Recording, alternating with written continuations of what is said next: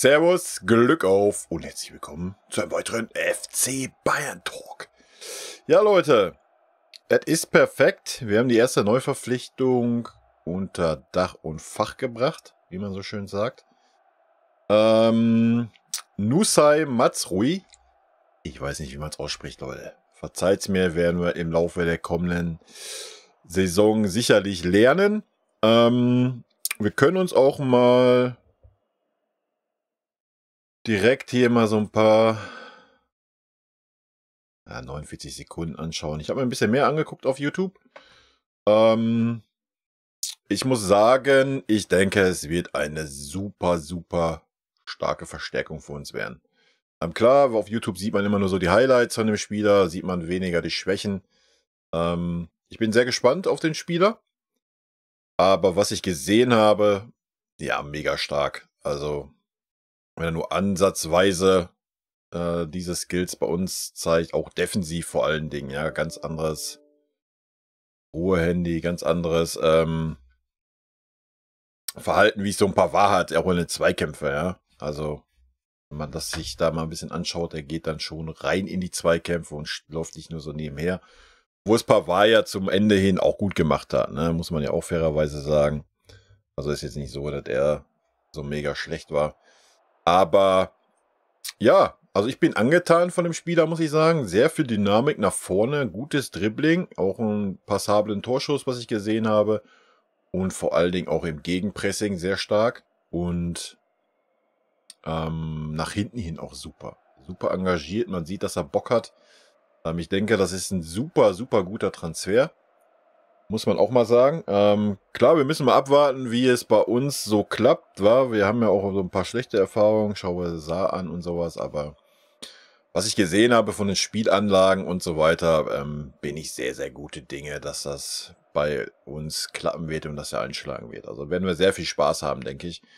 Und wie ich ja schon im anderen Talk sagte, ich sehe dann auch wirklich keinen Handlungsbedarf auf der Innenverteidigerposition. Ja.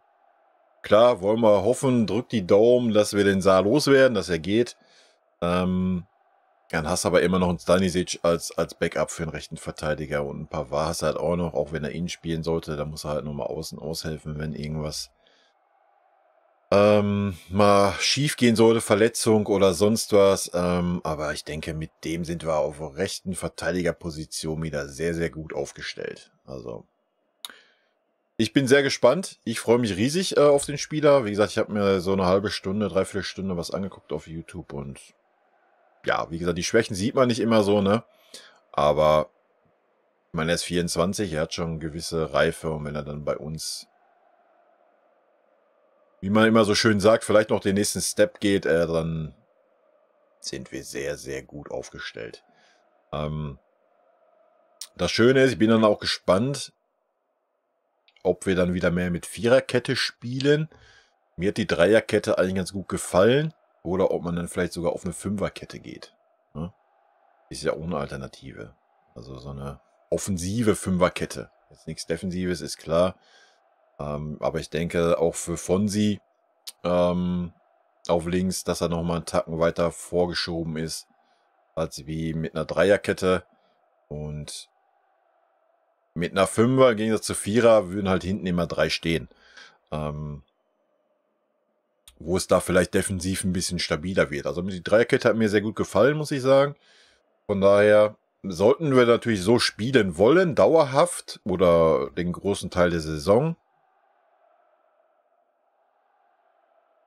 Sorry, den großen Teil der Saison. Ja, dann bin ich auch dabei. Dann brauchen wir noch einen Innenverteidiger.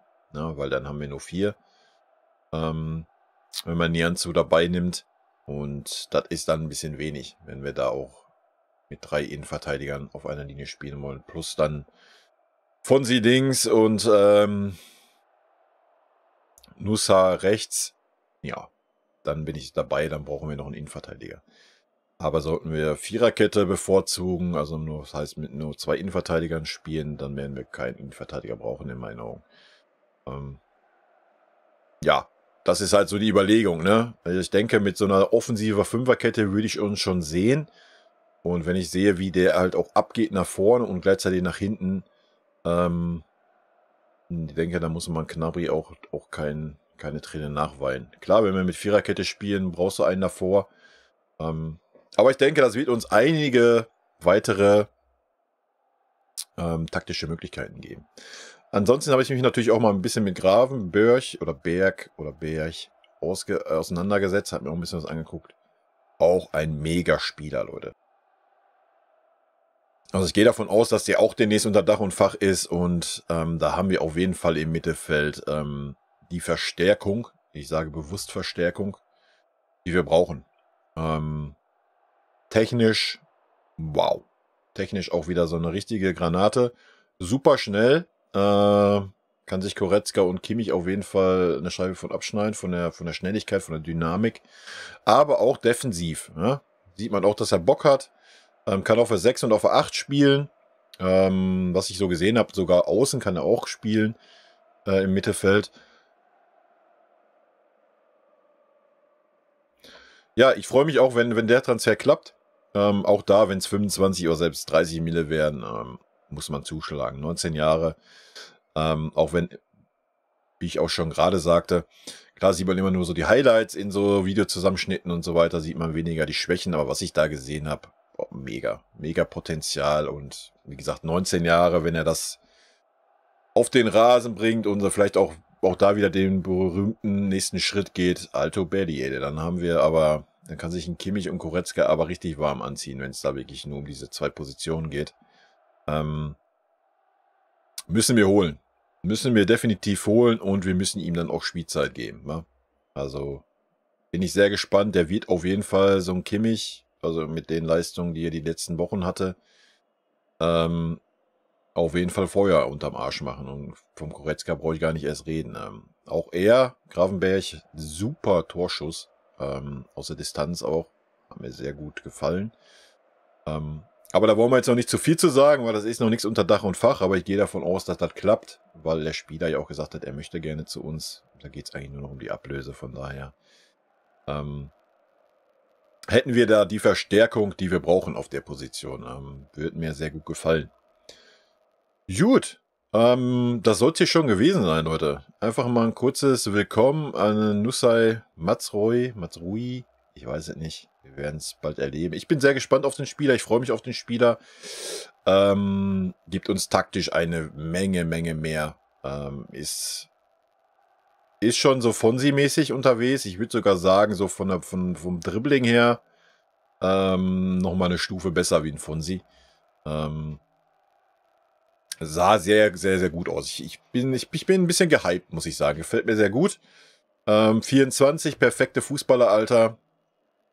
So in 1-2 Jahren Höhepunkt seiner Karriere für 2-3 Jahre. Also von daher bin ich da sehr guter Dinge.